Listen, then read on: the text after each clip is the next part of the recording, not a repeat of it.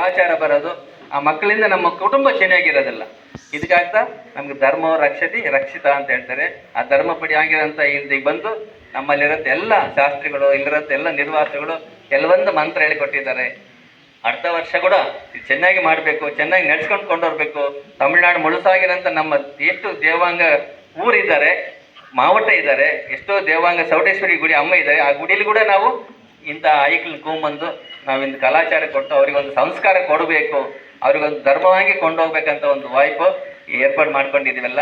ಇದಕ್ಕಾಗಿ ಇಂದೀಗ ಬಂದು ನೀವು ಆ ಪೆತ್ತವರೆಲ್ಲ ನಿಮ್ಮ ಮಕ್ಕಳನ್ನ ನೀವು ಕಳಿಸಿ ಮಾಡಿ ತುಂಬ ಸಂತೋಷ ಉಂಟ. ಇಲ್ಲಿರೋಂಥ ಎಲ್ಲ ಚೆನ್ನಾಗಿ ಸಂತೋಷವಾಗಿ ಇರಬೇಕು. ನೀವು ಅಡಿಗಡಿಗೆ ಗುರುಪೀಠಕ್ಕೆ ಬರಬೇಕು. ಗುರುಪೀಠಕ್ಕೆ ನೀವು ಟ್ರಿಪ್ ಆಗಿ ಬರ್ತೀರಿ, ಎಷ್ಟೋ ಜನ ನೀರು ಮೀಯಕ್ಕೆ ಬರ್ತಾರೆ. ಬಿಂದ ನಮ್ಮ ಗುರು ಇದೆ, ಗುರುಪೀಠ ಇದೆ, ಬಂದು ಹೋಗ್ಬೇಕು, ಇಲ್ಲಿ ಇರಬೇಕು, ಒಂದಿನ ತಂಗಬೇಕು, ನಾ ಇಲ್ಲಿ ಒಂದು ಮಂತ್ರ ಕಲ್ತೋಗಿದ್ದೀನಿ ಅಂತ ಒಂದು ಹೆಣ್ಣಂಗಲ್ಲಿ ನಿಮಗೆ ಬರಬೇಕಲ್ಲ. ಆ ಕೂಡವೇ ಇದ್ದಾಗೆ ನಮ್ಮ ಗುರುಪೀಠಕ್ಕೊಂದು ಭಕ್ತಿ ಭಾವನೆ ಕೂಡ ನಮ್ಮ ತೊಡರ್ಪಿರೋದು. ಗುರು ಶಿಷ್ಯರ ಒಂದು ತೊಡರ್ಪು ಹೇಗೆ ಇರೋದಿಲ್ಲ. ಅದಕ್ಕಾಗಿ ಇಂದಿಗೆ ಬಂದು ತುಂಬ ಸಂತೋಷ ಉಂಟಲ್ಲ. ನೀವೆಲ್ಲ 7 ದಿನ ಹಂಗೆ ಎಲ್ಲ ಸಮಯಕ್ಕೆ ಸರಿಯಾಗಿ ಎಲ್ಲ ಕೆಲಸ ಮಾಡಿದ್ದೀರಲ್ಲ.